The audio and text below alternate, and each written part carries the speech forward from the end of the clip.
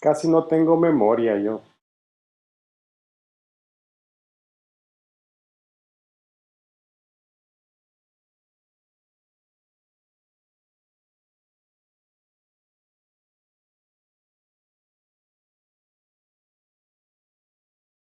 Me llevaron de Honduras cuando tenía 4 años, no tengo ningún recuerdo del viaje, no tengo ningún recuerdo de llegar a El Salvador, no tengo ningún recuerdo de salir de Honduras. Comienzo a tener memoria quizás cuando tenía 7, 8 años, es decir, que hay una parte así de mi infancia que no es que esté borrada, supongo que está guardada, ¿no? Y que no quiere salir. Espero que cuando esté más viejo salga. Hay memoria ya cuando entro en la infancia, o al final de la infancia y salgo, entro en la adolescencia. Las imágenes de San Salvador, sí, pues las imágenes del bar, de la colonia donde me crié, de la calle, de los amigos. Yo he escrito bastante sobre eso.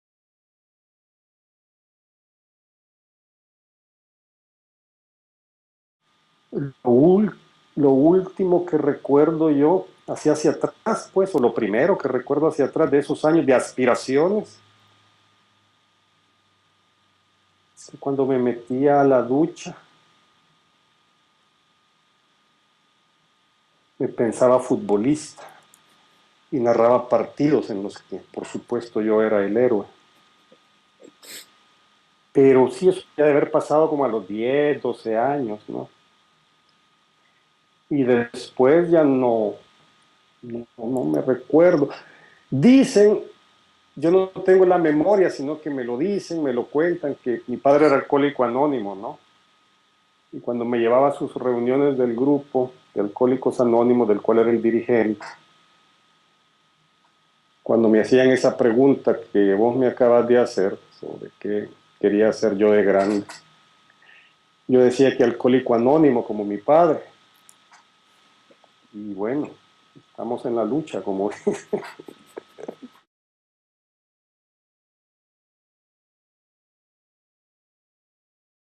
a mis 14 15 años yo aspiré a ser músico.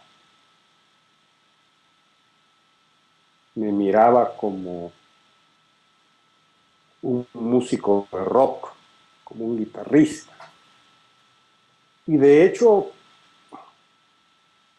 me apliqué a ello a través de la guitarra clásica cuando era muy joven y tuve un buen maestro que era discípulo de Mangoré, don Cándido Moral. Y luego de algunos años descubrí que era sordo, es decir, que no podía componer, nada más podía tocar piezas de otro. Y es ese final de la adolescencia en que uno comienza a salir como del mismo barrio y comienza a salir como de los amigos del colegio y comienza a conocer otra gente. Y ahí entre otra gente que conocí a otro tipo que también tenía aspiraciones musicales, pero que sí tenía talento para componer, aunque no sabía tocar bien la guitarra. Y formamos un grupo entre los dos, él componía, pero yo hacía las letras. Y así como fue como me acerqué a la literatura, buscando letras de canciones.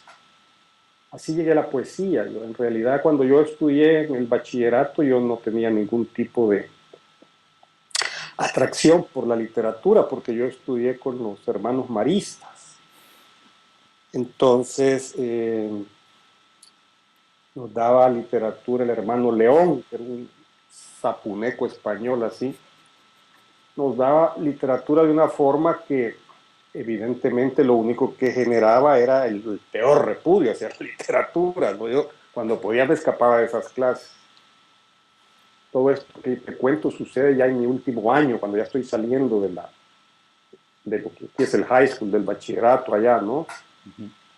Eso de que encuentro otra gente, me muevo otro. Entonces así me acuerdo que encontré en El Salvador un librito de Visor con los poemas de Dylan, que eran las letras de sus canciones, y entonces vi que la poesía era una cosa muy muy interesante, y me fui moviendo paulatinamente y sin mucha conciencia hacia la poesía.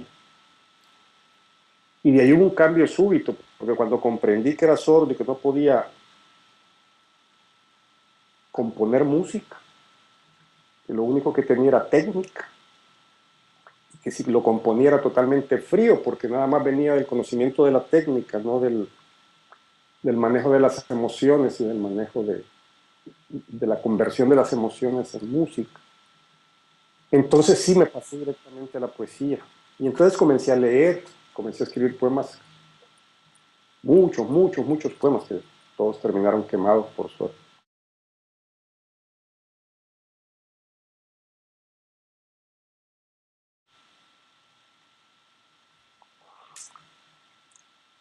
El ambiente que yo enfrentaba era que estaba un poco descarrilado, ¿no? Al dedicarme a eso, que en realidad los esfuerzos eran para que no me dedicara a eso, para que no me dedicara a eso, y cuando incluso yo no quería estudiar el bachillerato en matemáticas, sino que quería estudiar un bachillerato en música, y desde ahí se dieron cuenta que yo había venido un poco mal,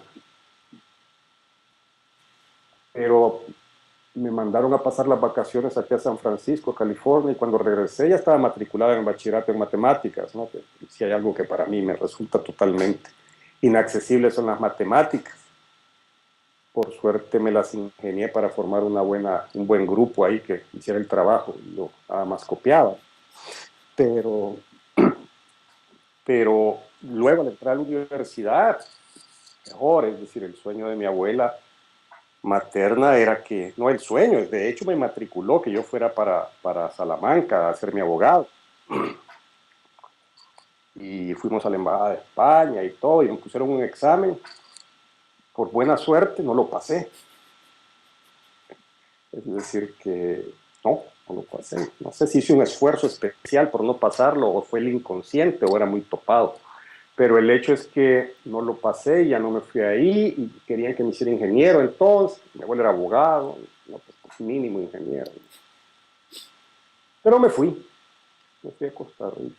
Entonces lo mínimo que podía estudiar era antropología, según yo, si no podía estudiar música, porque ya no iba para ningún lado con eso, ¿no? En realidad esa fue como una reacción de siempre de, de repudio hacia el ambiente familiar en el que yo crecí inmediatamente, el ambiente del primer círculo, digamos. Después comprendí que ese primer círculo hacía tanta presión porque en el segundo círculo estaba el veneno. Es decir, que un primo hermano de mi madre fue un poeta hondureño connotado en su época, David Moya Poza, que se suicidó y era un borracho y lo clasificaban de un vago, ¿no? Y que un tío paterno mío también había escrito sus poemas y también se suicidó, pero él ya mayor, y no por borracho, sino por valentía, creo yo. Y también descubrí que mi abuela materna, la que era la más ansiosa de que yo no me dedicara a eso, era una escritora frustrada. En una antología de poesía hondureña vi que estaba ella, que nunca publicaron libros, pues, que publicaron poemas en páginas literarias, y que de pronto en alguna antología donde meten Chinche y Talepate están ahí. Entonces descubrí que había como una reacción, es decir, ya todos fracasamos en eso, no te dediques a eso, pero nunca me lo dijeron, eso lo tuve que descubrir yo.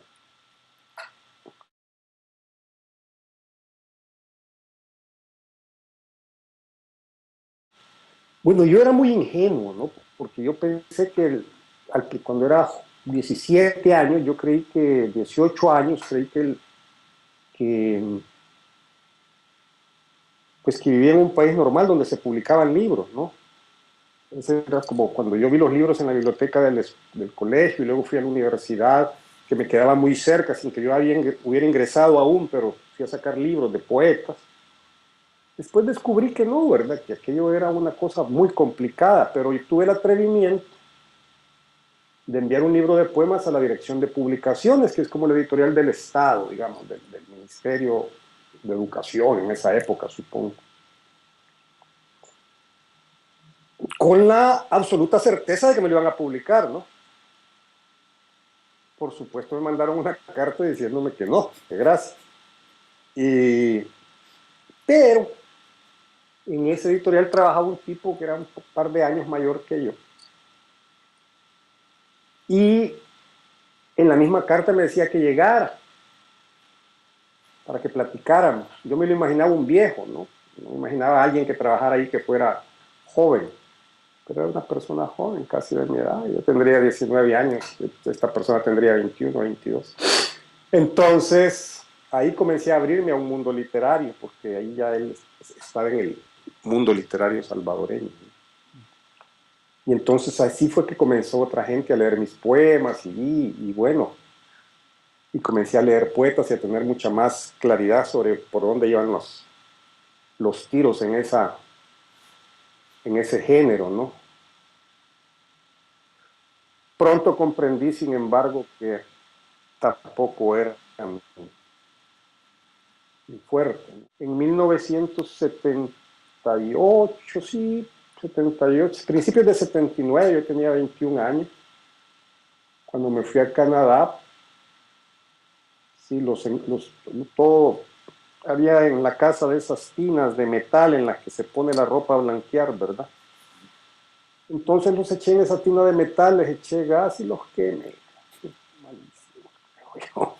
Así es que de la poesía solo quedó el humo.